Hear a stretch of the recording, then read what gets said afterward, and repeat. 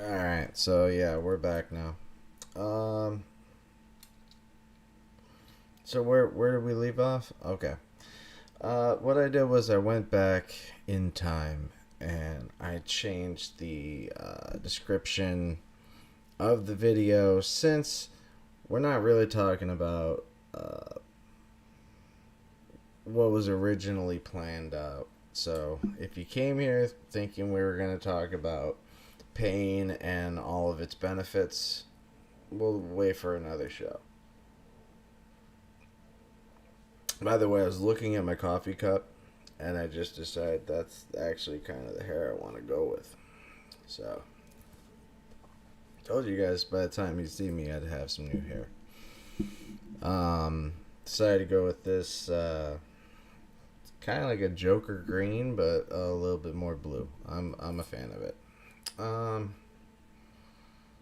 the MCU is the Phase Four of the cinematic universe from Disney, and I want to back it up in certain forms. I want to I would like to defend it in certain ways, but it seems like the writers themselves don't want anyone to defend them. I will use She Hulk as the best reference. This is just a piece of crap. Um, there's nothing I can say that hasn't been said though. When it comes down to Angela and her being a complete and utter brat, whereas in the comic book she had to deal with actual strife and she had shit to do and um, you know when you're watching anything involving Marvel, I mean, you can't blame us for wanting action. I mean, it's a comic book. I mean, nobody goes to a comic book store to read a comic about a fashionista that's not getting the attention that she thinks she deserves. That just sounds like the worst comic book ever. And the fact that I'm sorry, people. I'm just looking for my lighter.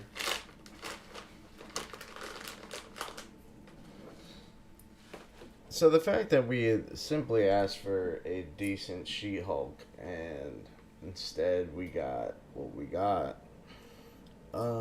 Yeah, I don't recall Angela being a spoiled brat that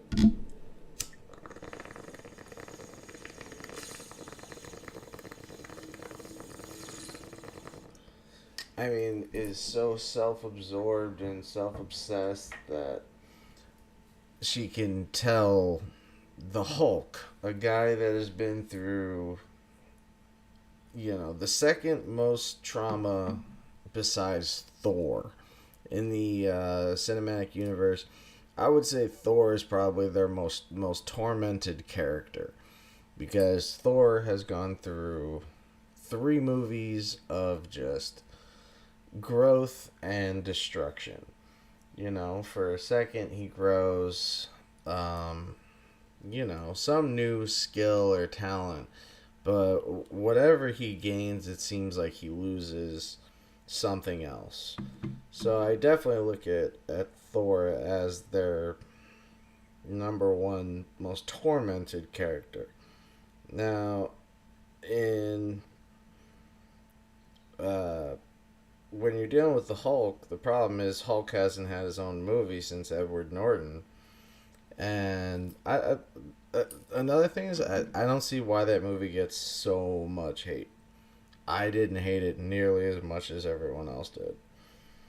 I didn't care much for Liv Tyler, but I mean I don't care much for her in anything. Maybe you know what? I don't even think I liked her in That Thing You Do. And I'm a huge fan of That Thing You Do. I think that's one of the best movies, especially when you're talking about bands and to make a movie where the band is literally a band of one hit wonders. So they even have the name The Wonders.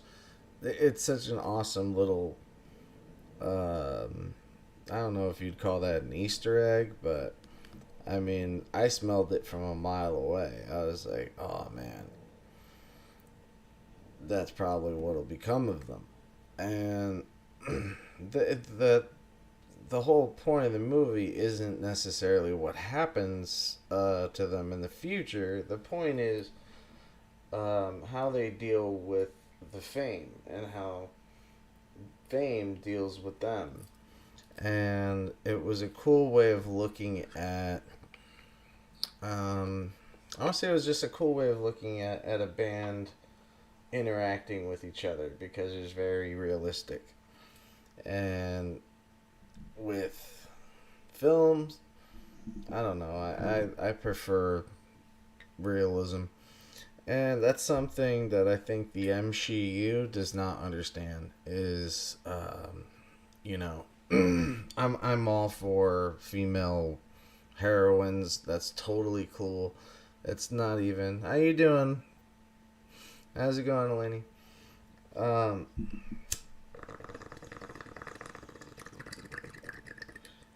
that one was for you.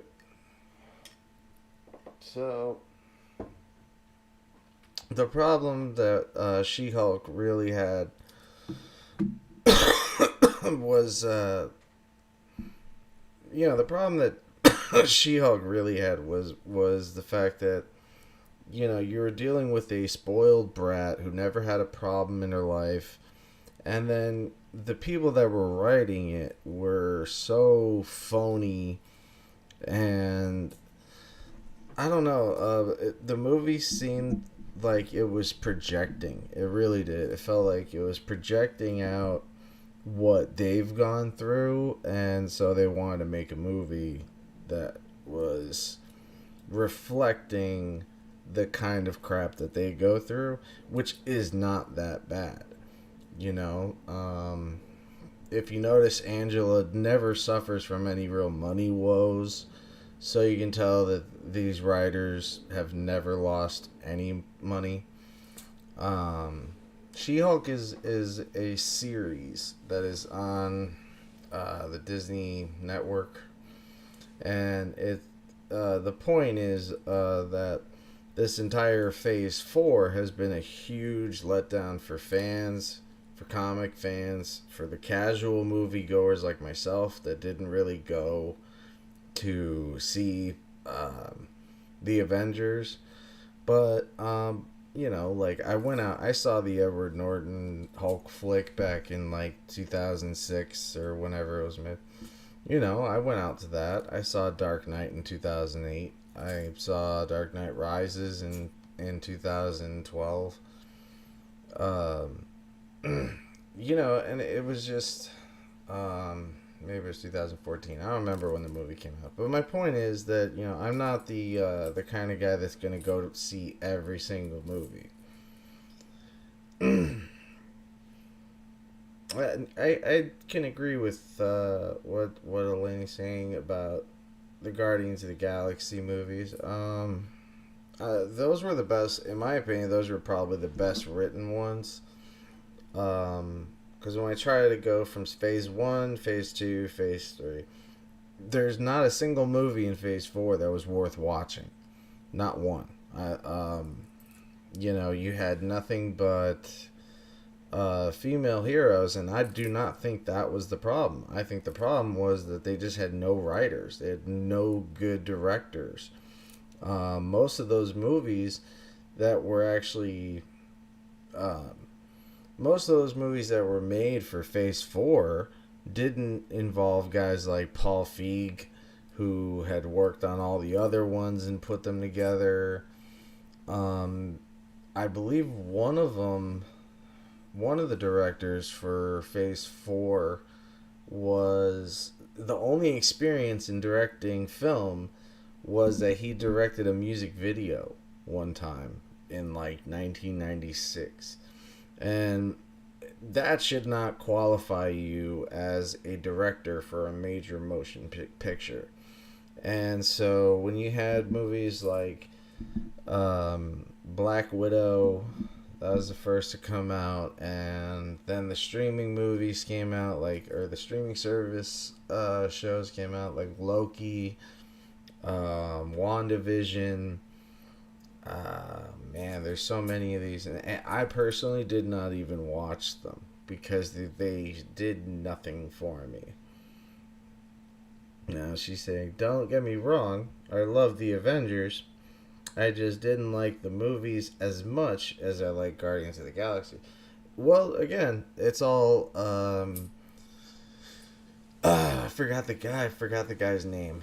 But they all rely on this one specific director, and he does all of the Guardian movies. And I believe Dave Batista, has said that if they ever take this guy out of it, he won't do anymore. So, God, for some reason his name escapes me right now. If anybody remembers the name of the guy that directed Guardians of the Galaxy, please write it in. For some reason I cannot remember that damn guy's name. And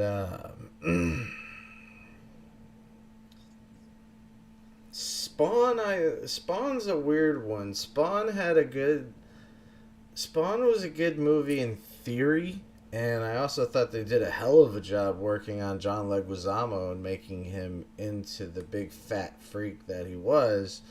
I mean, they ripped that right out of the comic. It was amazing. The problem was, I believe that was Michael. I forgot his name too. But he's a martial artist, and what's it called? The Spawn comic books were great, but I'm trying to talk about the movies because I wanted to say that they did a great job with John Leguizamo. I think his name, not Michael Shea, but the guy that played Spawn. I thought that he was really great. If you watch it now, it's it'll break your heart when you watch the special effects. They're very cheesy, but again, that movie definitely deserved a really good reboot. Um, it sure as hell deserved a better story than what was that, Daredevil, when that came out. That was a piece of crap. Um, so yeah, the biggest problem everyone's having right now is this MCU. And so they're saying that the Phase 4 has been all female run, and they feel like they're running Disney into the ground. Well, not Disney, but the Disney Marvel universe.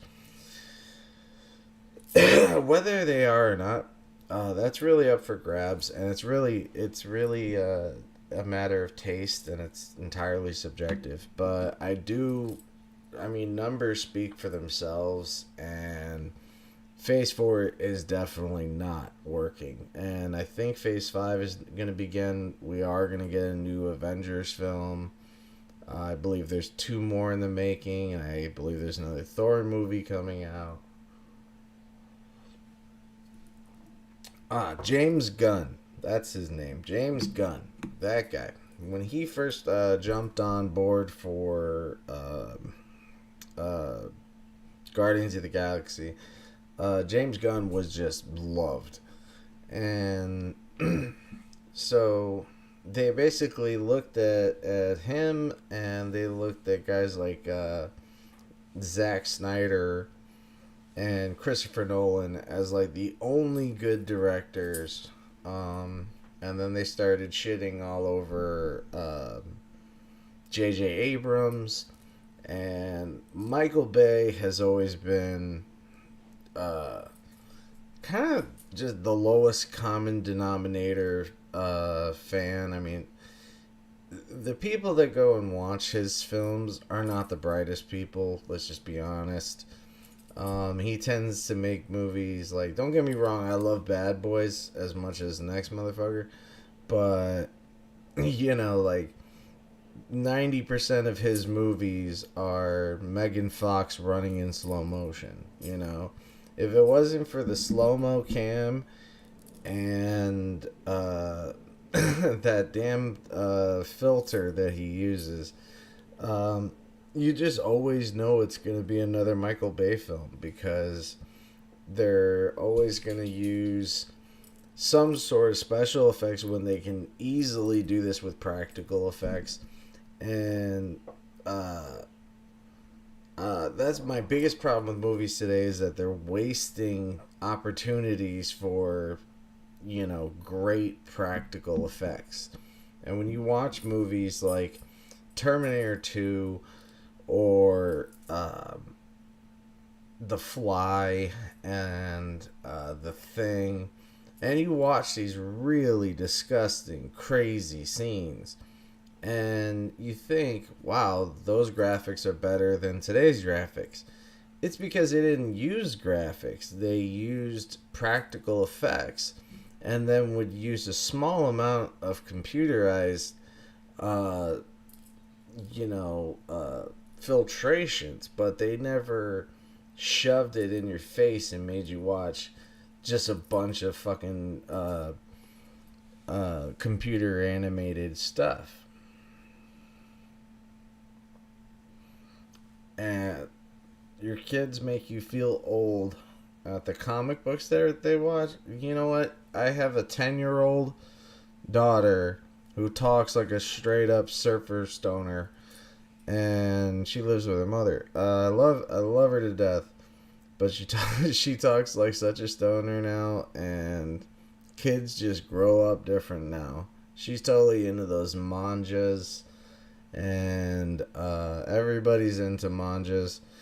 And it took a year for me to find out what a manga is, and someone showed me Saga, and so it's just all this anime and Japanese art that has completely taken over the modern child that would want to watch Saturday morning cartoons. They would now rather watch Yu-Gi-Oh on a Wednesday than how we did, which was you wake up, if you're lucky enough and you wake up at like 7 on a Saturday, that meant you were lucky enough to go make yourself a bowl of cereal, sit in your jammies, and you had like 4 straight hours of great television. Great television. I mean, you had whatever you wanted, it was there. You had the Weekenders, you had Recess, you had so much great TV. I didn't care for the Disney version of Doug. That one pissed me off, but I still watched it. To this day, I grab my guitar and I play the Pepper Ann theme song because it's just a fun song. Just going, Pepper Ann, marching in her own parade. Pepper Ann, she's like one in a million. It is so. It is such a lost.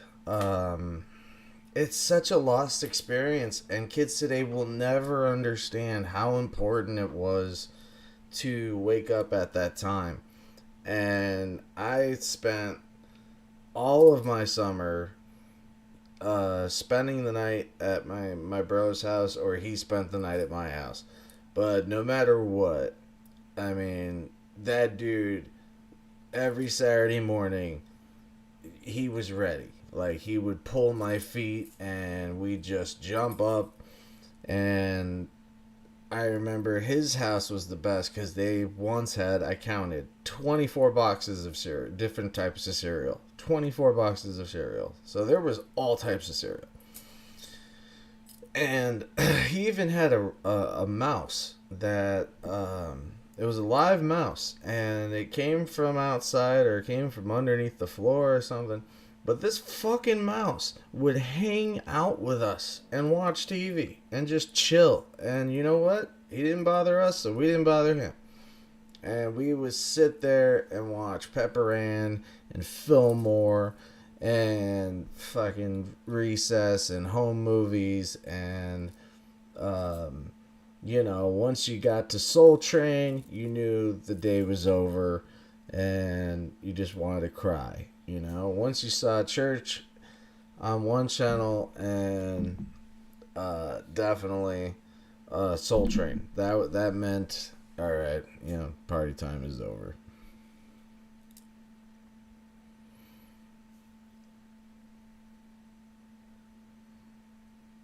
Do I know who I'm talking about? I'm not sure what you mean.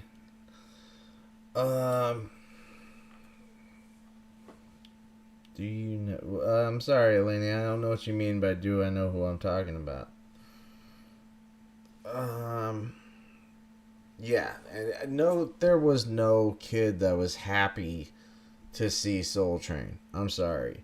Apparently, the moonwalk actually started on Soul Train, and Michael Jackson was watching Soul Train and actually called his manager or whatever and said, "Get me that guy." And that guy came over to his house and actually taught him the moonwalk itself. True story. The friend that I used to go to his house, that's his name is Casey Williams, and there was 24 boxes of cereal. Never forget that. Casey Williams is my brother. Literally, that guy, if he wasn't in Vegas right now, he would still be attached to my hip. Oh, you know him as well. Alright, well, anything you hear about him, all the rumors, they're true. They're probably true, actually. Alright. Thank you so much for watching. You made you made today's show even more fun than usual. Alright. Gonna take off now, and we're gonna have more conversations like this because I try to do more mental health stuff to help out, and it just seems like no one's really maybe it's a bummer, I don't know. Alright, but as always, if you know anyone that is struggling with mental health, please contact the right people. Fuck the suicide hotline, they suck.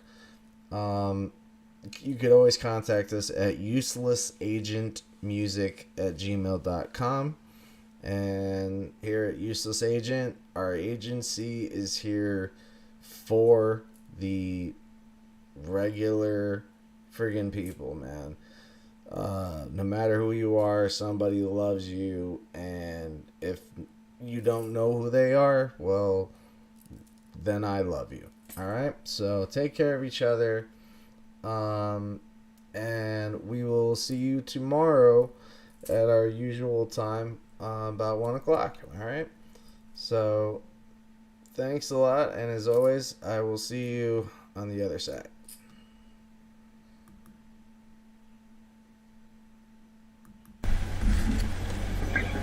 Useless Agent is on your TV, or laptop, or your PC, whatever you call it. Useless Agent is on your Facebook, laptop, or your PC, whatever you call it.